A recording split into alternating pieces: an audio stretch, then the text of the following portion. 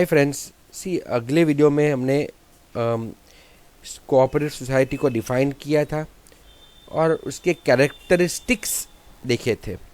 Now let us talk of the advantages and the limitations of cooperative society. तो advantages की बात करें तो उसका फॉर्मेशन ईजी है. नाउ सी, आपको याद रखने का, characteristics and advantages go hand in hand.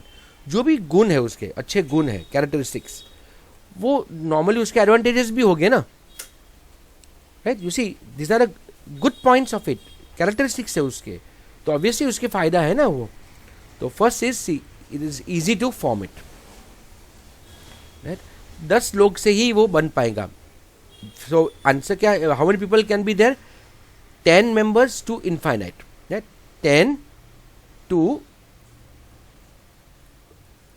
infinity, ना. number of minimum members should be 10. okay, then उसका existence perpetual होता है. मीनिंग, सी, कोऑपरेटिव सोसाइटी रजिस्टर होता है तो उसका सेपरेट लीगल एग्जिस्टेंस बनता है मेंबर्स से. मेंबर्स उसके मेंबर हो सकते हैं, उसके शेयर होल्डर हो सकते हैं, लेकिन मेंबर और कंपनी अलग है. मेंबर का पैन कार्ड अलग होगा, कंपनी का पैन कार्ड अलग होगा. सी, लीगल बात से देखो कि अगर मेरा बिजनेस है, छोटा दुकान है, तो मेरे दुकान का पैन कार्ड है होगा ही नहीं. मेरा जो इनकम टैक्स का जो पैन कार्ड होगा, पैन नंबर होगा, वही मेरे दुकान का भी वही कहलाएगा. Same in partnership. But company format और कोऑपरेटिव सोसाइटी फॉर्मेट में कंपनी का यानी कोऑपरेटिव सोसाइटी का पैन कार्ड अलग होगा, यानी उसका आइडेंटिटी पूरी अलग है, मेंबर का अलग होगा.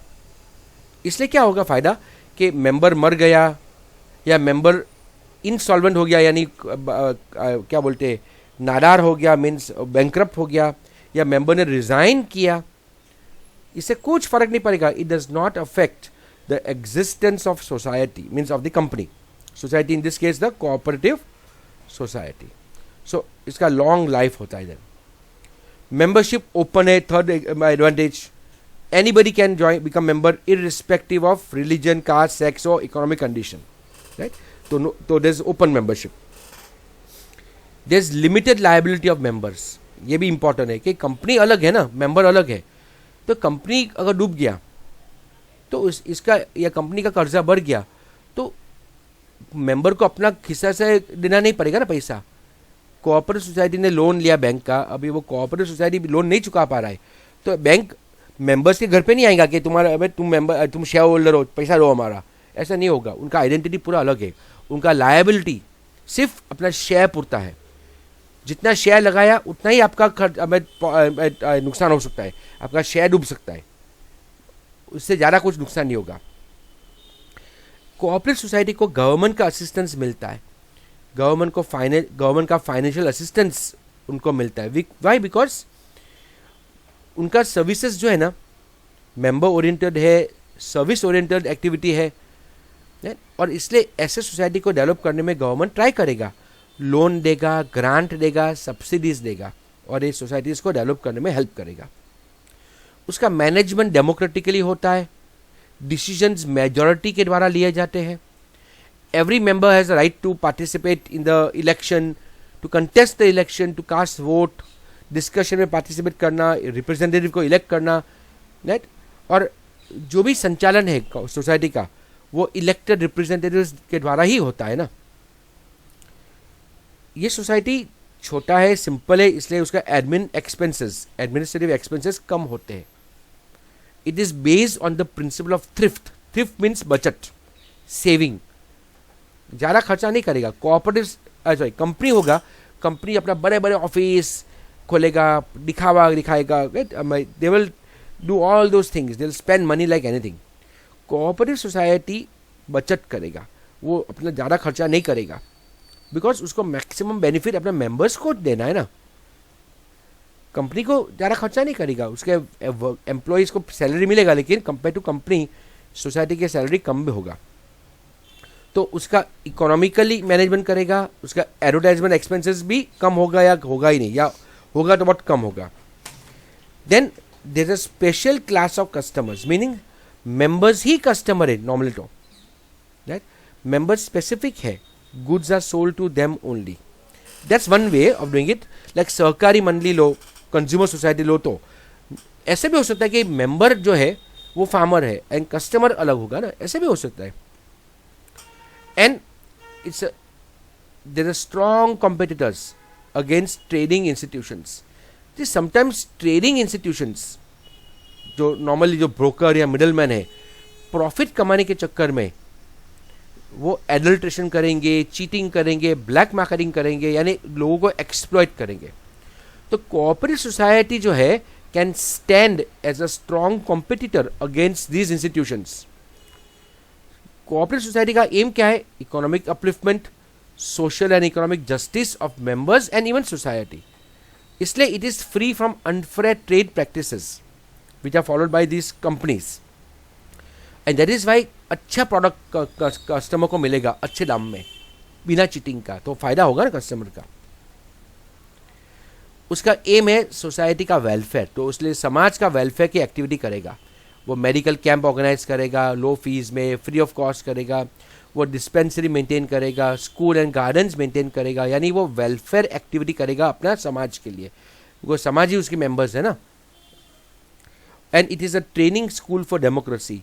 कोऑपरेटिव सोसाइटी का मैनेजमेंट डेमोक्रेटिकली होता है, उसका इलेक्शन डेमोक्रेटिकली होता है, राइट. इसलिए वी कैन से कि cooperative society is a training school for providing education of the ideal principles of democratic management. And उसका एम क्या है? Economic upliftment and growth of the members, right. तो सी वो members को, अपने society के members को वो day to day quality consumable product supply करेगा एट फेयर प्राइस, उनका इकोनॉमिक एक्सप्लोटेशन प्रिवेंट करेगा, right. It produces it supply raw material, means the cooperative society of producers will supply raw material, equipment etc at fair prices to members.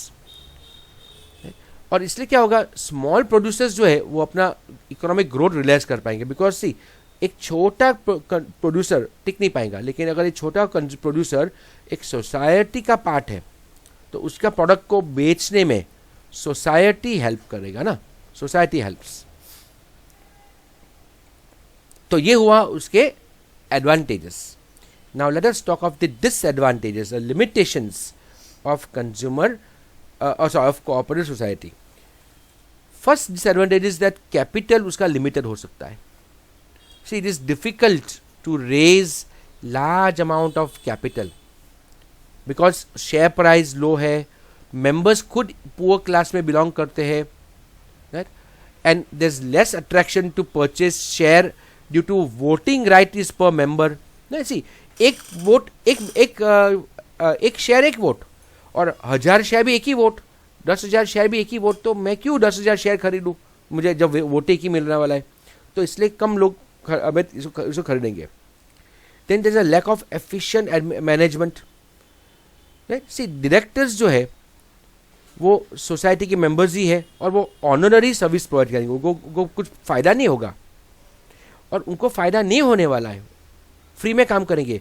तो they may not take personal interest in the management and administration of society due to honorary service. So inefficiency में enter in the management, right, of the society due to lack of specialised knowledge, right, lack of business experience and lack of time. So mismanagement takes place. दूसरा है groupism भी होता है इसमें, मेरा तेरा, India में बहुत कॉमन है ना. पर्सनल इंटरेस्ट होता है कि मेरा फ़ायदा देखो, बाकी का भला नुकसान हो, तो ये सब पॉलिटिक्स आ जाता है. So see there is also political interference. Why? Because society में बहुत सारे मेंबर हो गए. सोसाइटी में हजारों मेंबर हो सकते हैं. जितना बड़ा कोऑपरेटिव सोसाइटी उतना बड़ा ज़्यादा मेंबर्स, और इतना ज़्यादा मेंबर्स को पॉलिटिकल पार्टीज को मज़ा आएगा ना. अगर एक सोसाइटी ने कोई एक पर्टिकुलर पार्टी को फेवर किया तो एक साथ कितने वोट मिल जाएंगे ना. तो पॉलिटिकल पार्टीज directly या indirectly they attempt to control over society. और प्रॉब्लम ये आता है कि अगर सोसाइटी पॉलिटिकल इन्फ्लुएंस में काम करेगा तो business freedom is jeopardise. Jeopardise means put in danger, खतरा में आ गया, right. It is put in danger, that is meaning of jeopardise, right. So democratic value are now jeopardised. Then there is a non cooperation among members. ये India का main problem है. These are the main problems of India कि doubt आ जाता है, Discord नहीं, झगड़ा आ जाता है, मतभेद आ जाता है, कॉन्फ्लिक्ट हो जाता है, ग्रुपिज्म आ जाता है। इंडिया में सबसे प्रॉब्लम वही है, हम हमेशा ग्रुप में बच जाते हैं, सेल्फिशनेस अमॉन्ग द मेंबर्स, ये सब आ जाते हैं।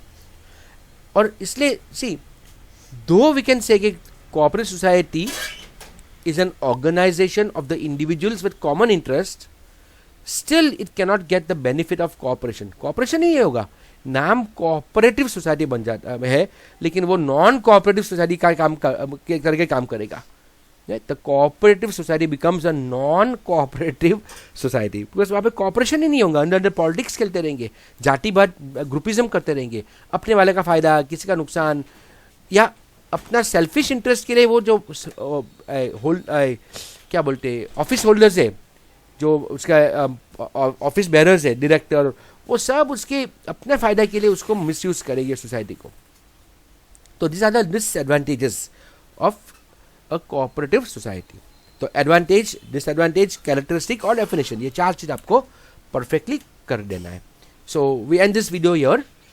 नेक्स्ट वीडियो में हम सीखेंगे about the joint stock company format, जो आज का सबसे बड़ा कॉन्सेप्ट है, सबसे कॉमन कॉन्सेप्ट है बिजनेस करने का।